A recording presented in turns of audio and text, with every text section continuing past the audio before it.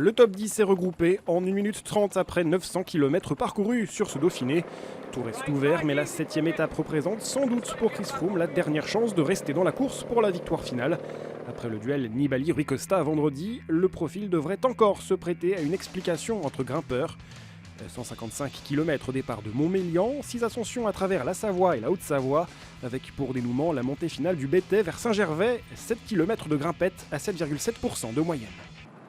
Une quinzaine d'hommes fausse compagnie au peloton, peu après avoir quitté Montmélian, dont les Français Nicolas Hédet, Kenny Elissonde, Alexis Vuillermoz, l'Espagnol Dani Navarro et le maillot à pois Daniel Teclé-Emano.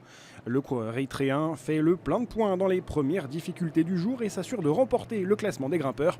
Il sera bien de la partie sur le prochain Tour de France.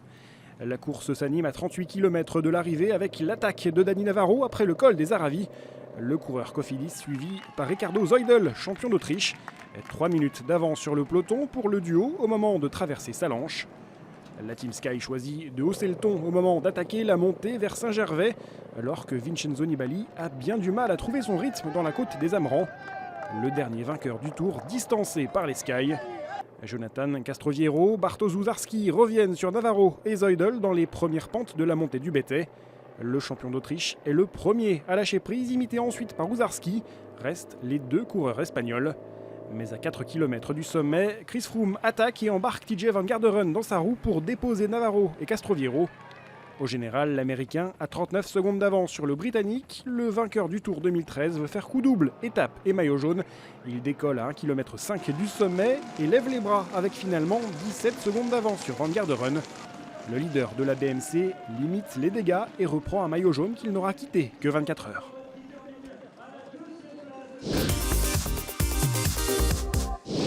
Héros vendredi à Villard-de-Lans, Vincenzo Nibali est le grand battu de cette 7e étape.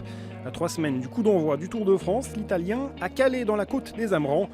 Le maillot jaune franchit la ligne avec 4 minutes de retard sur Chris Froome. Le leader des Astana avait envoyé un message vendredi. Le Britannique lui a répondu à Saint-Gervais.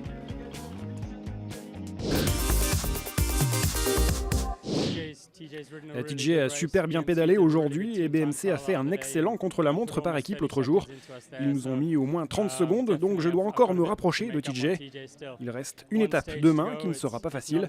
La course n'est pas terminée pour nous, on va continuer à tout donner.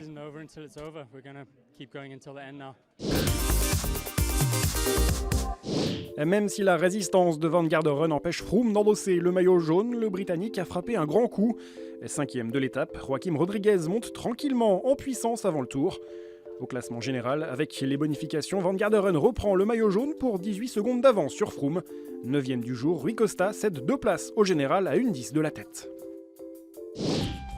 Ultime effort dimanche avec les 156 derniers kilomètres de cette édition 2015 vers Modane-Valfréjus. Parcours bosselé et nouveau clin d'œil au prochain Tour de France avec le passage dans les lacets de Montvernier et ce avant l'ultime montée savoyarde, 8 km d'ascension à près de 6%. There's only one thing that I can't live without.